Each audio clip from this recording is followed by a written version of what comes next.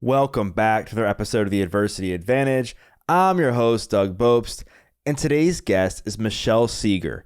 Michelle is a PhD and is an award-winning lifestyle coach and sustainable behavior change researcher at the University of Michigan. For nearly 3 decades, she has pioneered methods to create sustainable, healthy behavior change that are being used to boost patient health, employee well-being, and gym membership retention. She's an advisor to leading global organizations and frequently interviewed in major media outlets like the New York Times, NPR, and the Wall Street Journal. So let's get this conversation going and welcome Michelle Segar to the Adversity Advantage podcast. Michelle, welcome to the podcast. It's great to be here. Thank you. Yes, we could have talked for like 3 hours before we recorded because we have so much in common based on our beliefs, our passion, what we're really drawn to change in this world. But I was like, you know what, we got to get going because we have so much to talk about.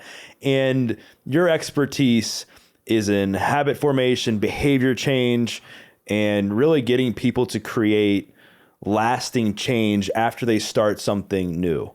And there's a lot of noise, there's a lot of rhetoric out there about habit formation and behavior change. So I guess my first question is for you is like, what are some of the biggest misconceptions that you've seen that are out there on the internet about how to form a new habit, how to change a behavior that you just want to say right now or just not right at all?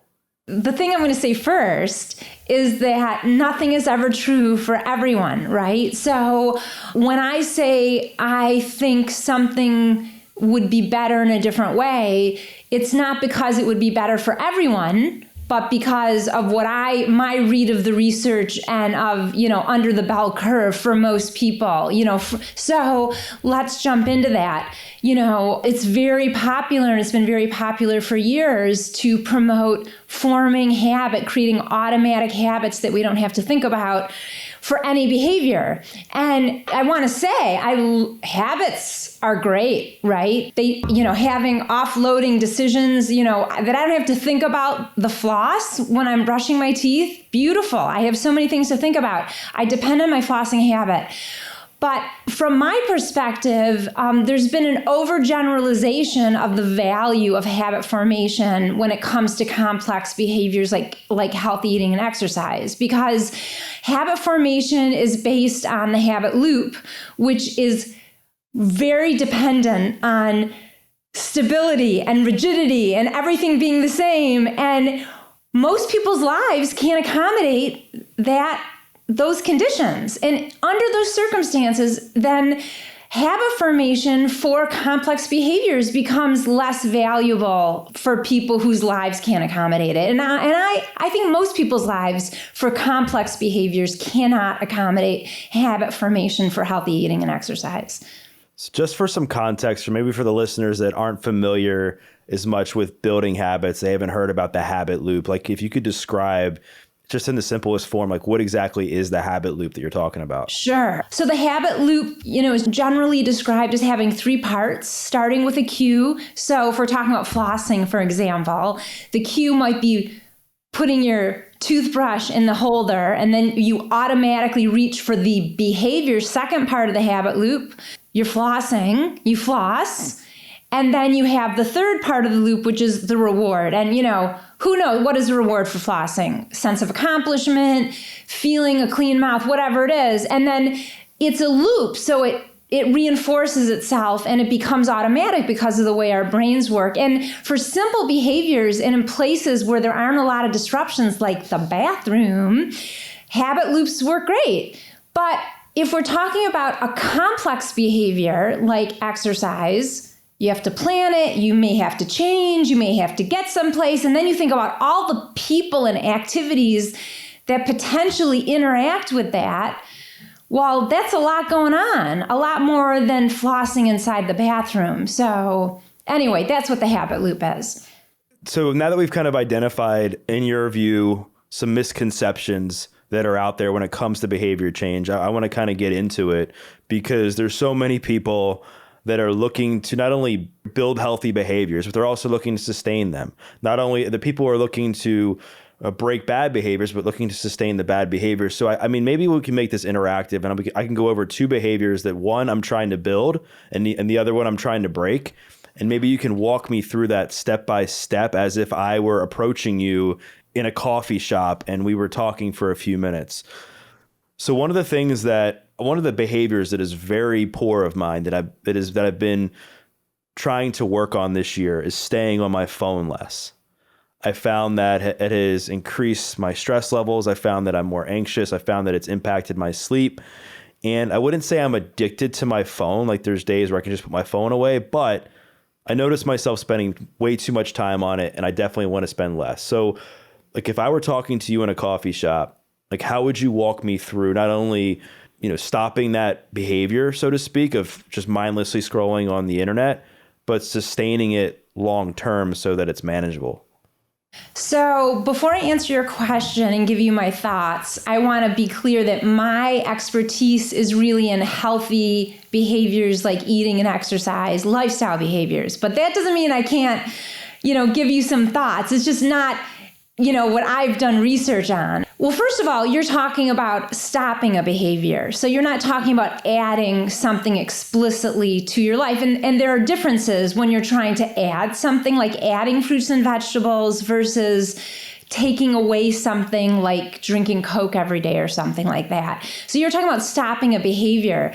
I think awareness and mindfulness, as you and I talked about already, I'm a big fan of Judson Brewer's, and, his model of stopping behaviors, I think, is really generalizable to a lot of different types of behaviors. And, one of the things that he and many others talk about is how important mindfulness is. How important it is when we're trying to stop a behavior to be aware of the desire to do it, right? The pull, the temptation that you have. When I first heard about his research with smoking cessation and found out that people who had been taught to really be mindful and feel their cravings for cigarettes, that they actually had better long-term quit rates than people who weren't taught that. It's counterintuitive because you'd think that, well, if you feel the craving, doesn't that mean it overpowers you? But I think it's the opposite. When you notice it and name it, you actually take away some of its power over you. The experiential system that often is also like associated with our unconscious. So, the first step that I would say is I would really notice that first part of it and name it and try to be with it instead of judging it. That's another really important part of it, is not being judgmental and saying, oh gosh, there's that darn smartphone temptation or desire. And then, the way I come at any behavior change is with experimenting and deciding ahead of time, I'm going to experiment with when I feel this pull to use my smartphone between, 10 and 2 during the day. I'm going to experiment with setting an alarm and letting myself feel the feeling of wanting to use it, but not picking it up, and see how that goes, and then evaluating it. So, I am a big believer in, this is all about learning. Behavior, this is the deal. Behavior change is really learning. And so what we need to do is shift away from this aspirational, I have to change my behavior, I have to achieve this, to this is a learning project. So what do I need to learn? What are the steps? How do I know when I'm making progress? And that takes something called metacognition. Again, awareness of how we're thinking, what we're feeling. I'll stop. I feel like I gave you a lot to react to. It seems to me that at the end of the day, whether you're trying to change a behavior that's related to your health, or you're trying to change your behavior that's related to like something personal where it comes to like cell phone use or sleep, I think in order to do so, you have to develop some level of self-awareness as to what that behavior is, and also how that behavior is playing out in your life, right? There's this really important element that research across areas, work, education, behavior change shows.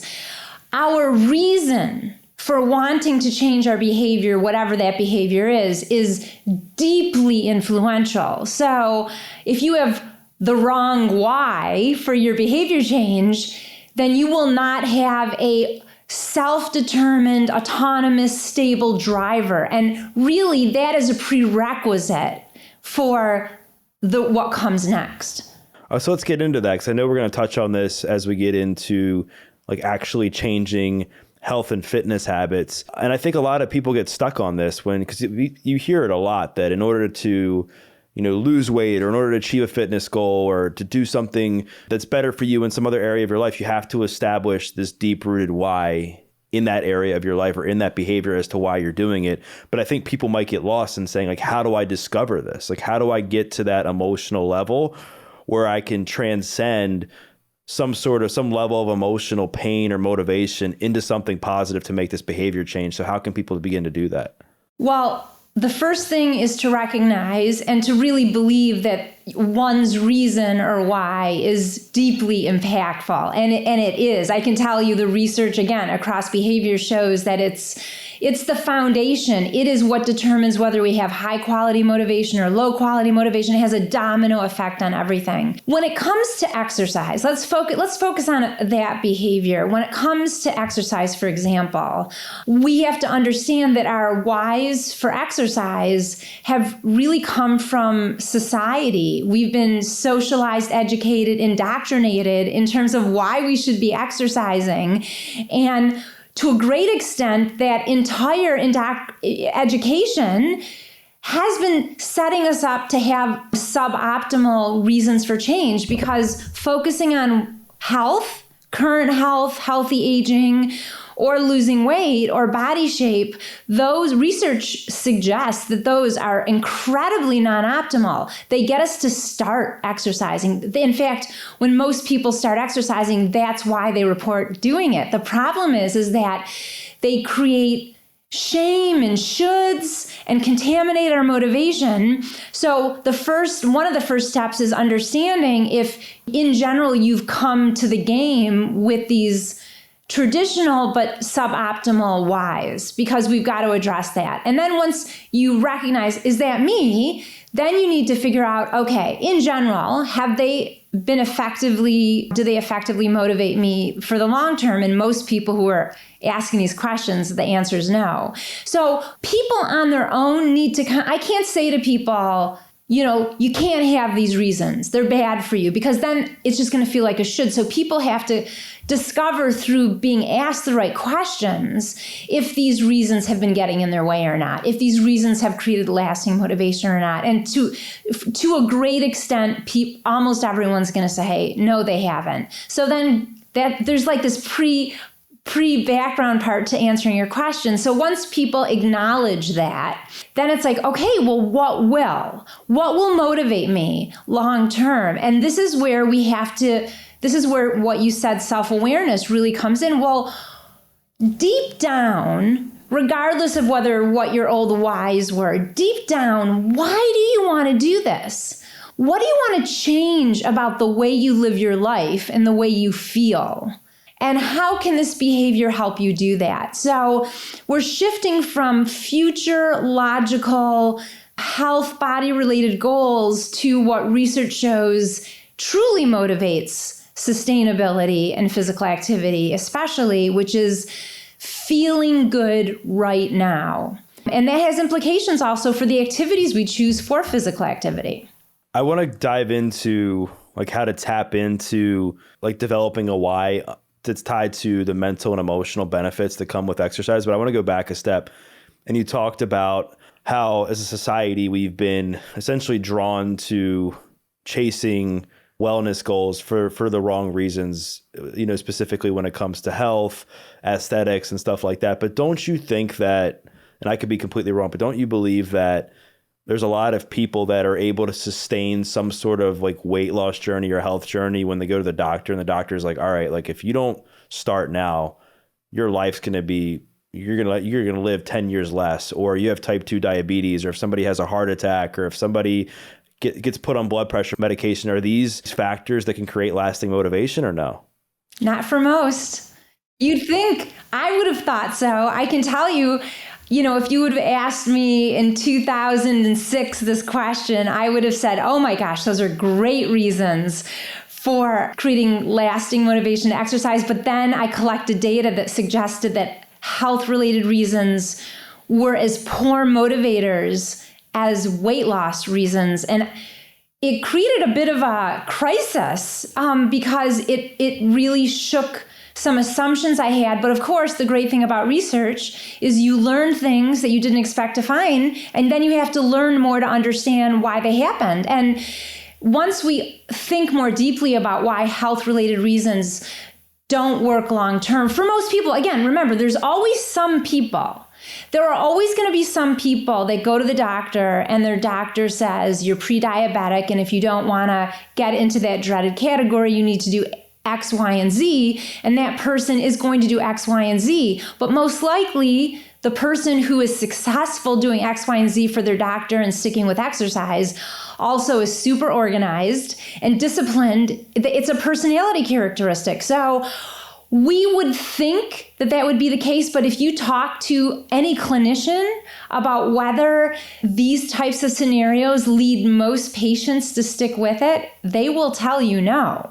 Gotcha. Yeah, that makes sense. And it's kind of sad, I guess, right? That some people would get these massive health scares and it wouldn't be a deep motivation for them to change. And I can understand it because there was times in my life where I was super unhealthy and people were telling me to change and I didn't want to, and I didn't have the tools, and I didn't think I could do it, and all the things. And with that said, I want to get into behavior change as it relates to eating healthy and exercise, because I think they're two totally different things. I've seen people in the practical setting as a trainer, I've seen people do really well with getting into fitness, and I've also seen people get really well into eating well, but I think it's been kind of hard. I've seen to where people can do both, right? Am I correct? No? Yeah. Oh, yeah. No, there's a lot of individual differences when it comes to this stuff. And, I'm a believer, some research suggests that making some changes simultaneously works best. I am of the belief, as you know, from especially my chapter 3 in the Joy Choice, that a lot of people live with a lot of hubbub and chaos in their lives. And if we're talking about sustaining any behavior, that means another way to think about it is institutionalizing that behavior into your life in ways that the unexpected storms and curveballs don't derail it.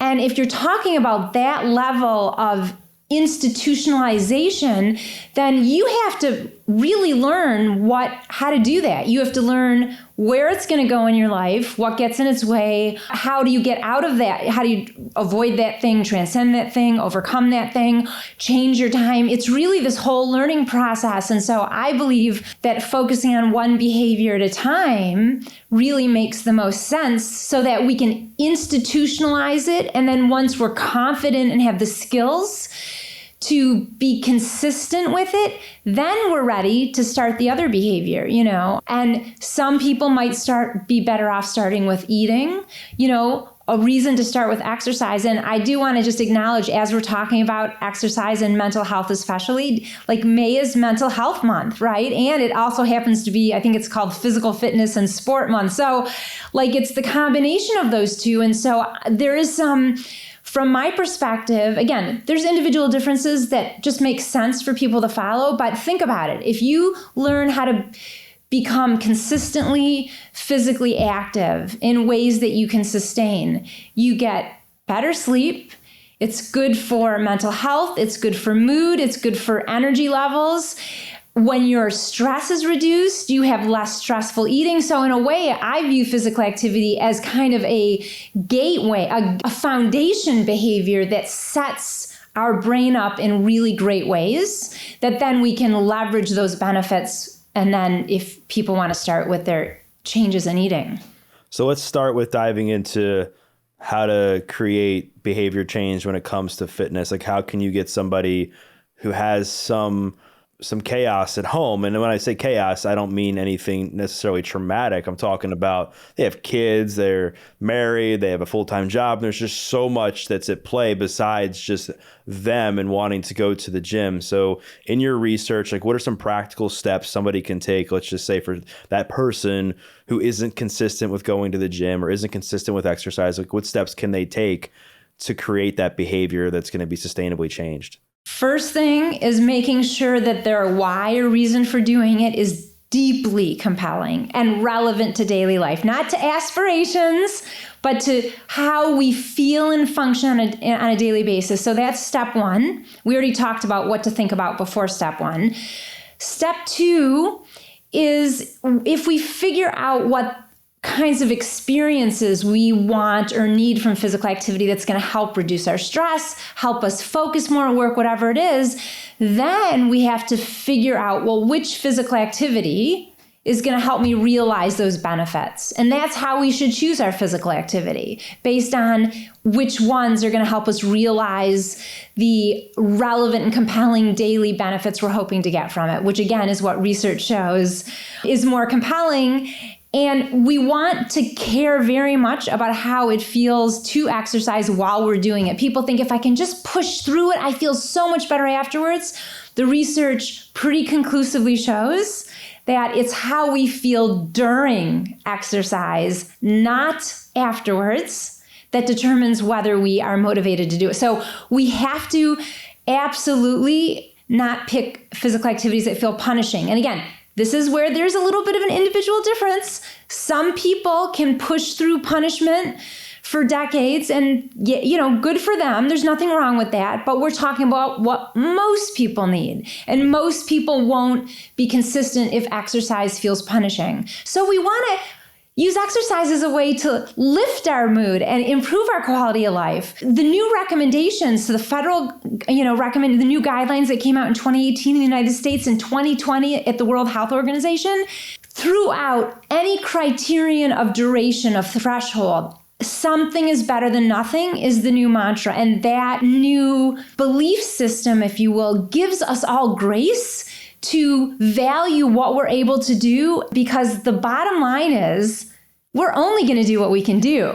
So why not give ourselves permission to actually do that? And when we're able to do more, we'll build on that. So the other part of the process is planning. People sometimes assume that I'm suggesting that people don't need to plan behavior like physical activity. No, we absolutely have to figure out where is the space in our busy, hectic, complex, lovely, beautiful, nuanced lives.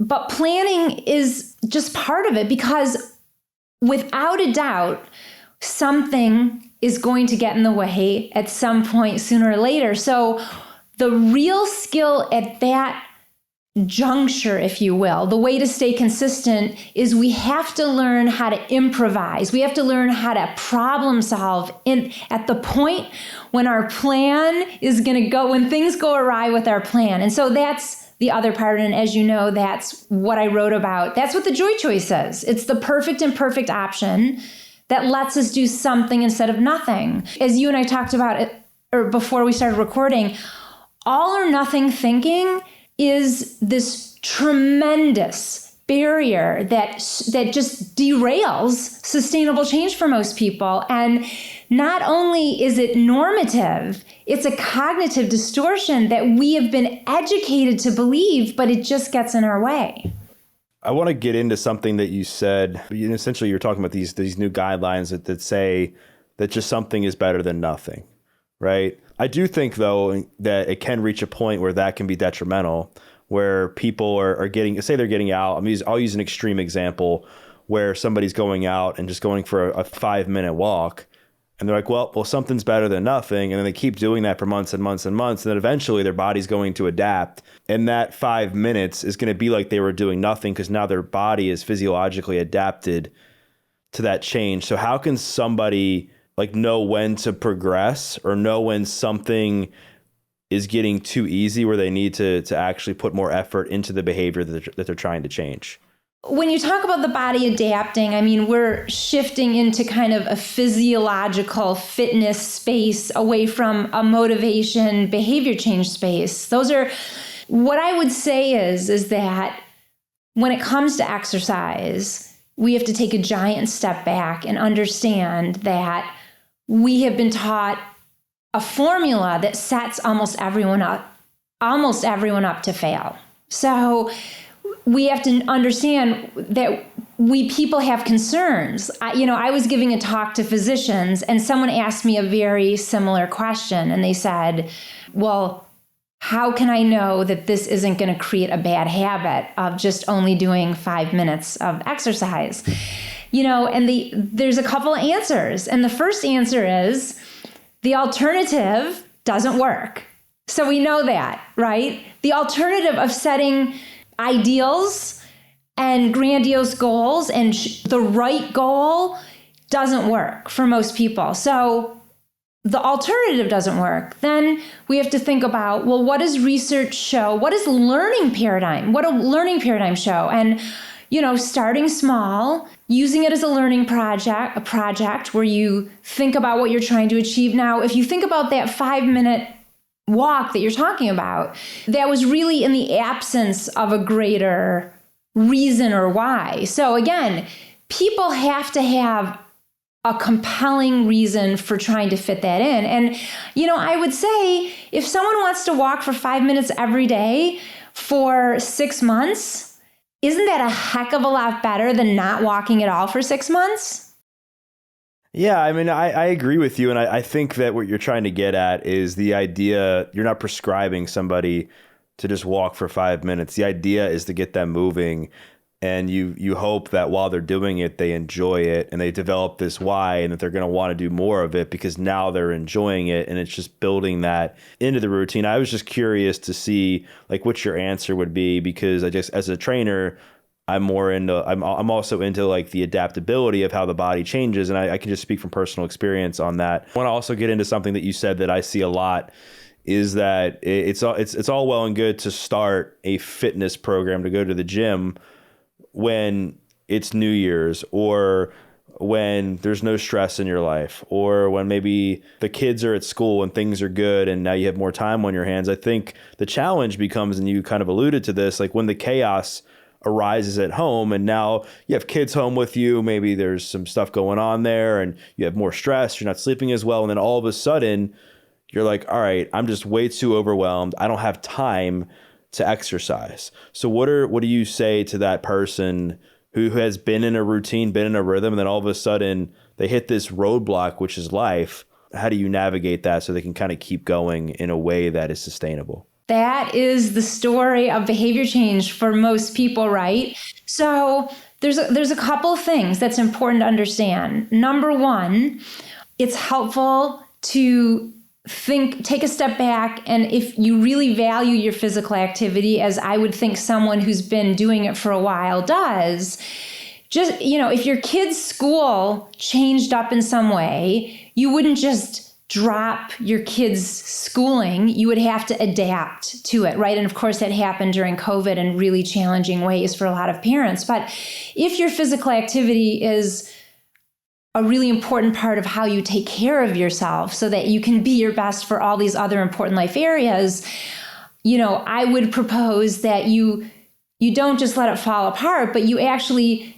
give yourself 5 minutes to think about, how long might this period of hubbub last? And can you pre-schedule an email with capital letters in the subject line, or put on your calendar, a month from now, for example, reevaluate my physical activity plans. That's one way to give yourself grace and say, I just can't. And you know what? During this book tour process, I have had to go a few days without moving in a formal taking a walk. And you see, when it's a part of your life and your identity, it's no big deal, right? And that's the secret, actually, and this is what emerging research shows too, that most people don't know yet because it hasn't been translated into the mainstream messages, but helping us be our best self. I mean, they might sound cliche, but knowing that when we take care of ourselves through a 5-minute walk or a 20-minute rowing or running around with our kids for 15, 17 minutes, whatever it is, when we understand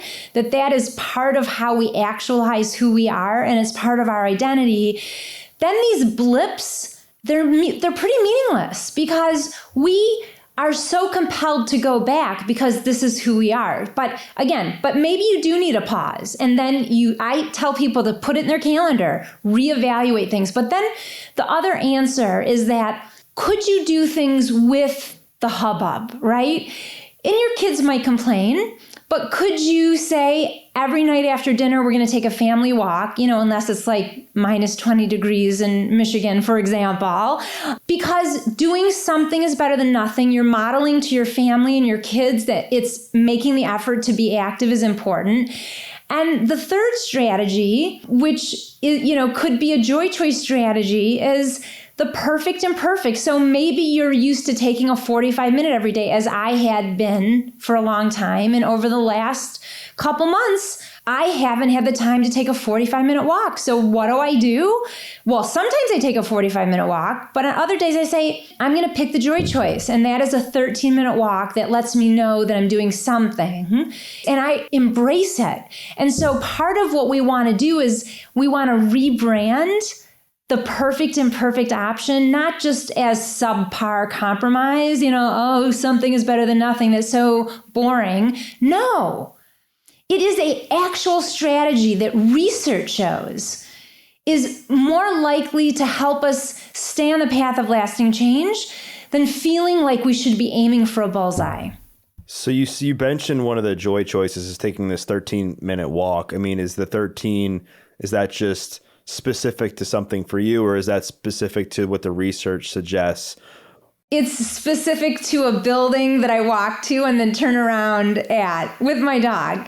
So do you know though if there's what I was getting at, do you know if there's a minimum, because I've seen different things out there, but is there a minimum threshold time wise for you to hit that gives you the mental and emotional benefits? I've heard in some cases, I think 20 minutes, do you know if there's a number around that? There is no accepted criterion number, but I can tell you that some research shows that moving for just a couple minutes lifts your energy. And if you're walking outside on a sunny day, that you can boost your mood. So I think there's individual differences. And the other thing to keep in mind, which I think is deeply compelling, is the idea that when we anticipate feeling something, we actually train our brains to feel it.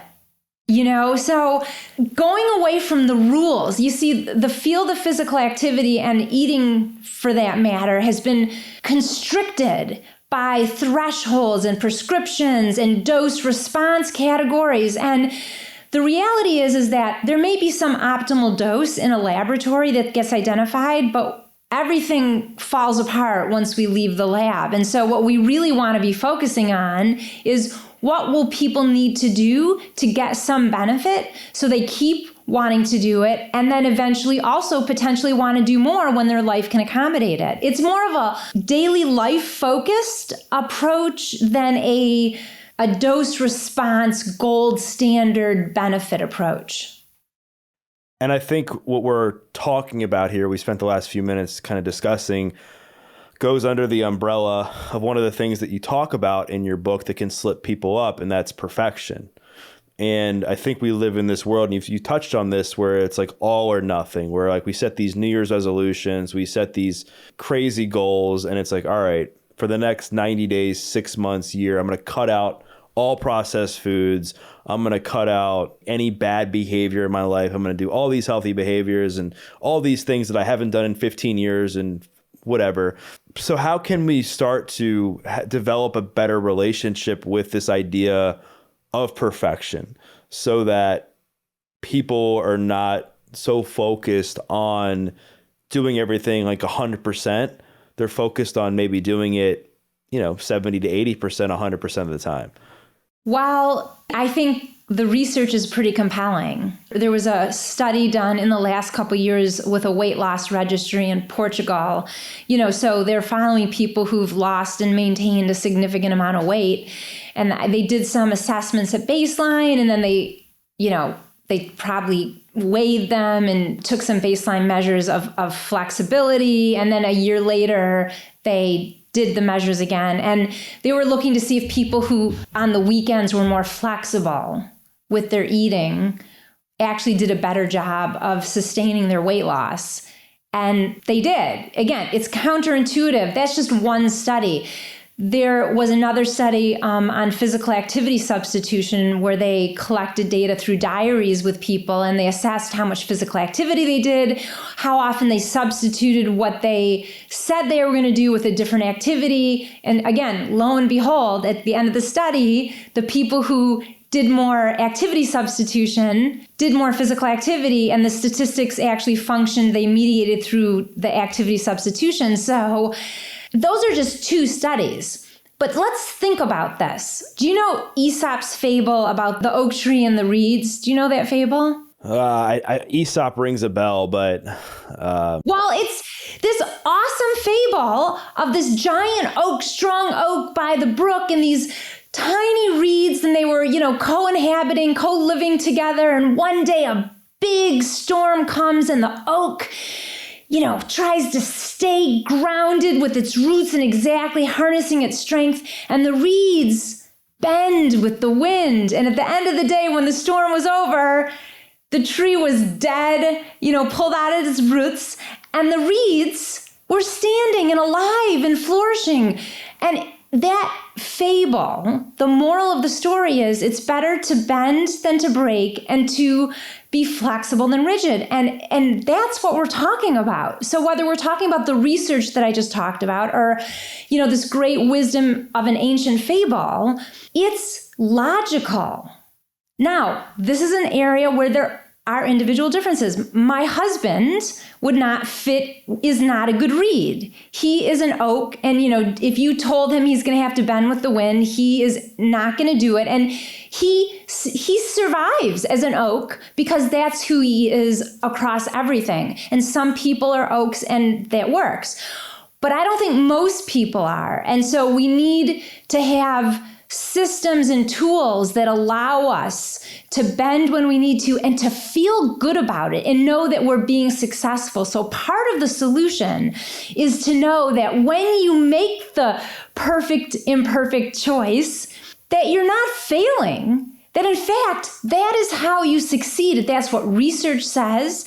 That's how you stay on the path, because you're continuously reinforcing the fact that it's important to do something. And that is what keeps you on the path of lasting change. Yeah, I agree with you 100%. And I guess I haven't heard that analogy before, but it definitely, I think, is in line with a lot of people's personalities and that sort of thing. I guess this would be a good time to dive more into like nutrition and how to make healthier eating habits, because it's one of these things, like we all know that we need to eat more fruits and vegetables. We all know we need to eat more protein, drink more water, eat less processed foods, but it becomes very challenging for a lot of people. Like, so what do you think, in your, I guess, personal opinion, I guess, as a place to start, like, why is it so hard to make these changes, being that we know how good it is for us? Well, eating is, I think, much more complicated and much harder than exercise, because it's all during the day, right? We eat and are surrounded by food, overly abundant amounts of food. When you go to the grocery store and you have like 200 types of cereals, like, oh my gosh, it's cognitively overwhelming. So it's harder because it's everywhere, and there's emotions involved, both negative and positive, right? Like, we have all these wonderful associations at parties, birthday parties, family, love, sometimes food is comforting, and so food choices get very wrapped up in all these other things. And so that makes it really challenging. And I am like the millionth person to say something like this, right? This isn't new information.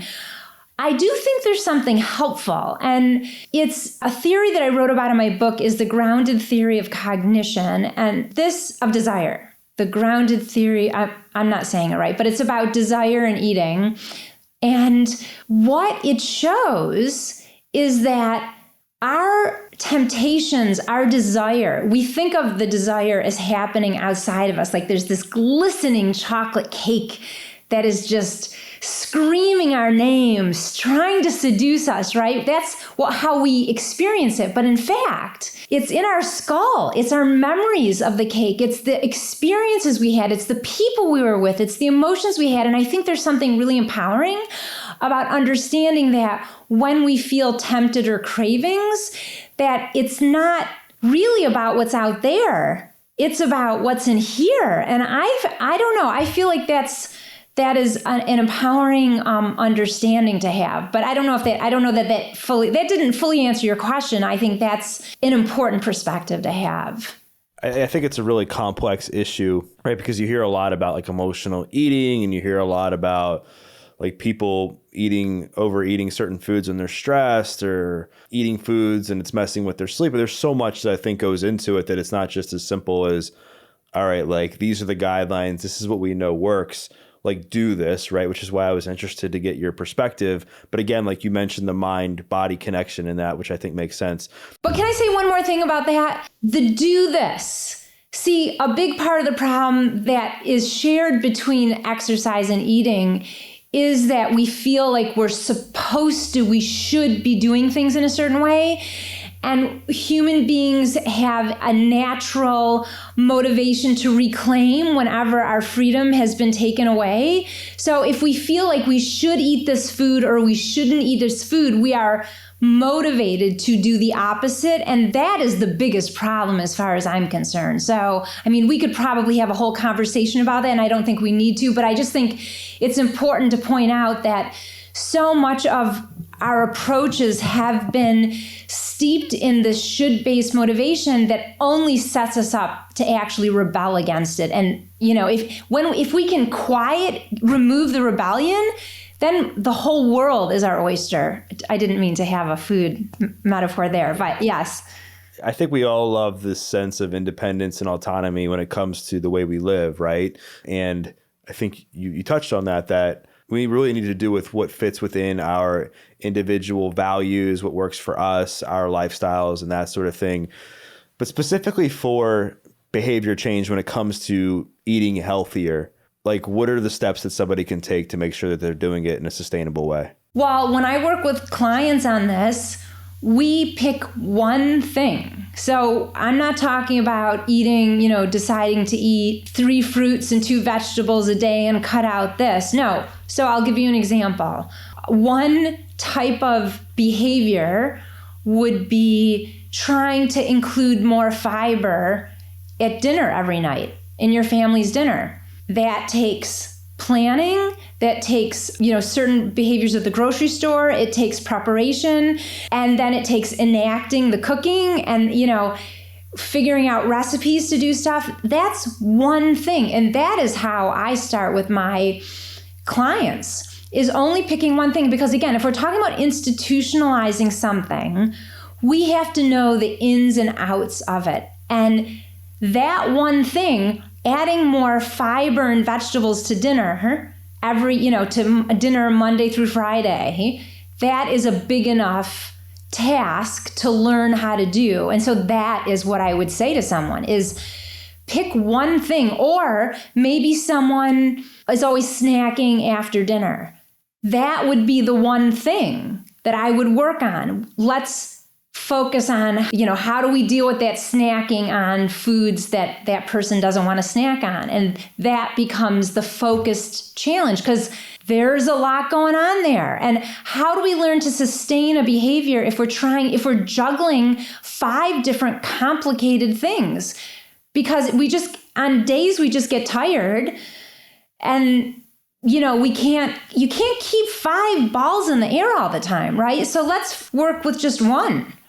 Right. So let's get super tactical if we can with how to change that one behavior. So if you're talking to somebody who the one thing they're trying to change is the late night snacking. Okay, they've identified that this is the one thing that they're going to work on first. What are some simple steps that they can take to begin to change that? Sure. And the tactical, I really appreciate you keep bringing it to that, because that is just, that's where it's at. That's where the rubber hits the road. So, the first thing is to identify, is it snacking at all? Or is it the actual choices that that person is snacking on, right? Are they snacking on peanut M&Ms or are they snacking on celery?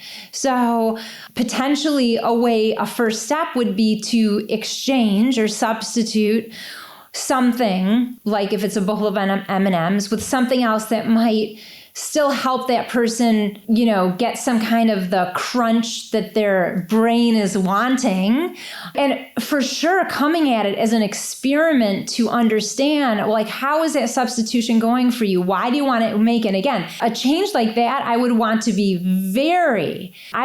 know if that change is connected to weight loss, because if that was the reason why that person wanted to do it, it would be a huge red flag for the ability to stick with it. Because we know that research shows that, weight loss is not the best motivator for a lot of the reasons. It creates rebellion and so many reasons.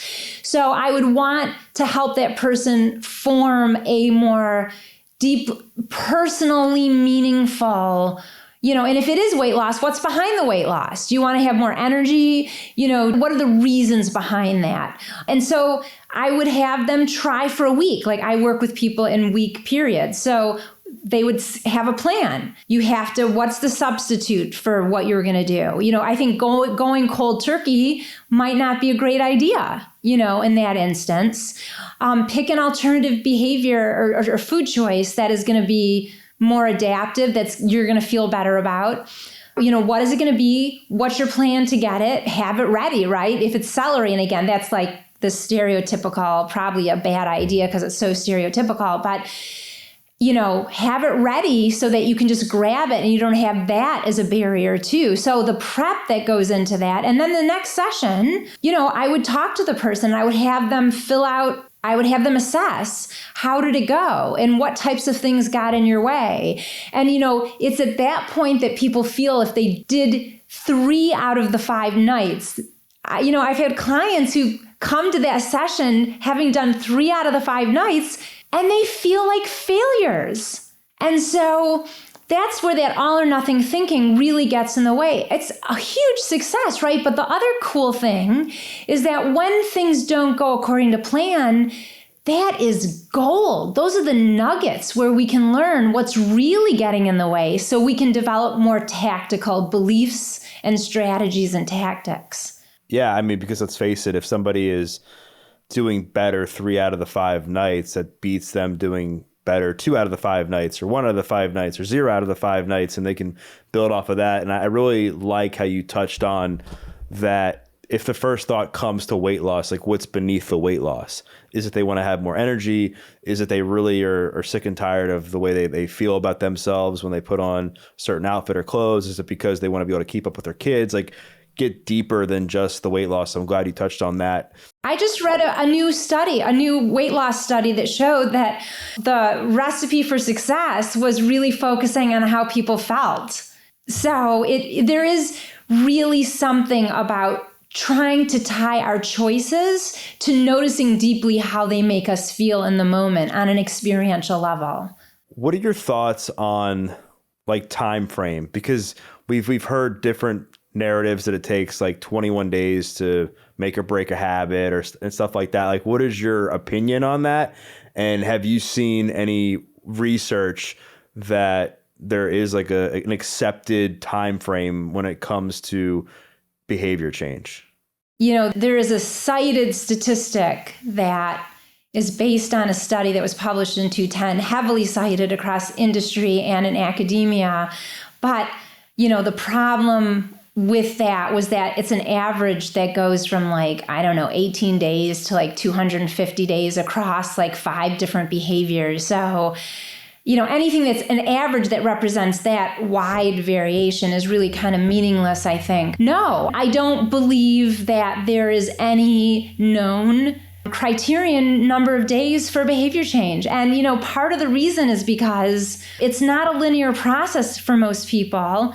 It's an ongoing journey, and we take forks in the road sometimes. And how are we defining behavior change? Are we defining it as, making that celery from M&M substitution 5 days for 3 months without a break in that? Or are we defining it as 30% of the total for a year? So I don't know that I guess personally, I don't find that question to be very helpful, because I feel like it really misguides us away from what we should be focusing on, which is, what are the processes that we need to create the consistent decisions that underlie sustainable behavior change? And more fundamentally, what beliefs do we have to hold to be driven and flexible with those consistent decisions that constitute the path of lasting change? I mean, think about other areas of our life. What is the statistic for someone who's going to stay in a happily lasting marriage? And what is the statistic, for being a good parent? Like, we don't ask these questions when it comes to these other life areas. But a behavior like eating in more intentional or healthier ways, or exercising more, those are domains not unlike parenting and partnering and sistering and daughtering. And yet we bring this rigidity to these two areas that we don't bring to these other life domains. Right. Yeah, that makes sense. Because I guess the reason I ask is, you hear a lot of people say like, all right, I just got to get through a month of this and things will change, or 21 days. And then I think there's also been like stuff put out on social media and stuff that say like, just do this habit for X amount of days and things will change. So I'm really glad that Well, think about how simplistic that is, because first of all, we know most people aren't going to push through something even if they stuck with it for a month. We know from the history of time, right? So the fact that it kind of astounds me that is still going on out there, because there are these elements that are needed to stick with a behavior, and it takes a deeply personal, compelling driver, which is our reason. It takes, for most people, being able to be flexible and feeling good about it. Again, there are some mighty oaks that it works for, but most of us are not mighty oaks. And it's no judgment. It's just the way that I think human nature is, So to say that if you just get to day 66, it absolutely ignores the context of our full life and the unexpected sick kids and puking dogs and aging parents and all this other stuff that we have to learn to sustain our behavior within. Totally makes sense. So with that said, I'm guessing based on what you've said over the past few minutes that you're not a fan of these like 21-day resets, cleanses, like a week, transformation program, because you'll hear people say, like, I just need to reset my system, or I need to get motivated again. So I'm going to do this program. Like, do you think that there is any value, or do you think they're completely detrimental? I think it depends on the person. If someone, remember how earlier we talked about that person who had been exercising and her or his life got so crazy and that person had to stop, right? And maybe they put in their calendar a 2-month period where they just weren't going to do anything because life was just too hectic and they just didn't have the energy. And, sometimes watching a show that makes us laugh is incredible self-care instead of forcing ourselves to do a run that depletes us, right? It just depends on what we need at the moment. And so if that person who took 2 months off said, it's time to start, I've got space in my life, and I to get my mind back in the game, I'm going to do a reset. Like, I could see that being valuable as long as that person wasn't looking to do something transformative, as long as they looked at it as like the doorway back into something. I think if people think about a program that is very restrictive as what they're going to be doing from now on, or something that's just going to transform the way they think and feel, I think they're probably, most people, again, something is always going to work for someone, but for most people, they'll probably be disappointed. Yeah, that makes sense. I was actually surprised. I thought you were going to say that they're completely detrimental, off the table when it comes to like behavior change for your health. Well, I think there's always nuances. I mean, I think that's kind of what's been missing from the behavior change story, is that this is good and this is bad, and this is right and this is wrong, and this is what we should be doing and this is what we shouldn't be doing, when in fact, there are all these nuances. And if we came to those changes like we do other things, the stakes don't have to be so high. There's room for grace, like we give ourselves in all these other life areas. And that is a much better recipe for creating a sustainable behavior change than, a regimented way of eating or exercising that you just have to get through for 21 days. And then you're just going to stick with it. That just isn't going to work for most people. Right. And nuance is everything. And the last question I have for you involves a little bit of nuance too, and that is changing a behavior when you're feeling super down or stressed, because you see a lot of people that they want to do something that's better for themselves in the area of their health when they're going through a hard time or they're going through something that's mentally or emotionally taxing. Does your thesis on behavior change differ when somebody is limited in their mental and emotional capacity based on what they're going through? Meaning, do you just simplify the steps even more? Do they make even smaller changes? Like, what are your thoughts on that? Well, I would transcend the whole behavior change conversation and just talk about self-care. Taking a walk outside at a leisurely pace for 5 to 10 minutes to just give to yourself. What a lovely thing to do. When we think about being in challenging places like you just described, I think what we want to do, and I mean, I believe personally, and this is what I promote, that we think about these behaviors as self-care all the time. But when someone is emotionally distraught, a walk can be such a gift they can give to themselves. But if they're thinking about it as something that they should do, that their doctor told them to do, that they're to do to lose weight, well, then all bets are off. So what I want people to do is think about what they need to do to take care of themselves, and how eating in a certain way or moving their bodies in certain ways can just be a way that they can do that. Well, Michelle, this has been awesome. I really loved your insights and challenging a lot of what I already had kind of known about behavior change. It definitely gave me some different insights, perspectives. And honestly, I think people listening to this are going to get some different stuff out of this too. And congratulations on your book, The Joy Choice. And if people want to, check out your work, they want to get your new book, The Joy Choice, where can they do that? And also, I know there's a quiz that you have that goes along with everything that you're doing, and people are going to get value out of that. So if you want to talk about where people can find the book, and then where can people find the quiz if they want to take the quiz? Sure. Well, thank you. I mean, the book is in any bookstore, both, in local bookstores, it's online, it's in the US, it's in the UK, I think it's in Australia. So there's booksellers all over.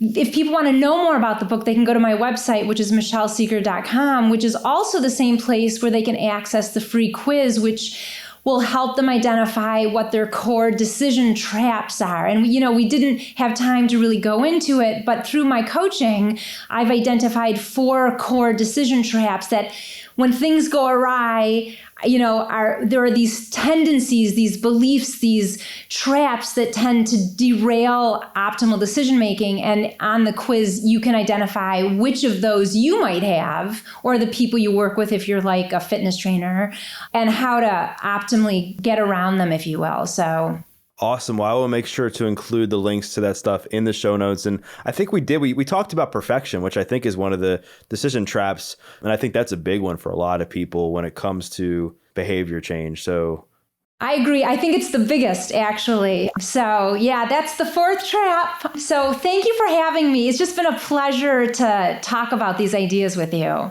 Likewise. And I've enjoyed this as well. And for those listening, what I'd like you to do is to share a takeaway. Maybe it was something that Michelle said about perfection and why we need to stop thinking with all or nothing approach. Maybe it was something that she said about how to make sustainable behavior changes in your health, your fitness, and nutrition. Maybe it was something that she said about the misconceptions at the beginning of our conversation. Whatever it was, tag Michelle and tag myself, because we'd love to hear your feedback. And we once again thank you for listening to this episode of The Adversity Advantage. I'm your host, Doug Bopst, and we'll see you next time.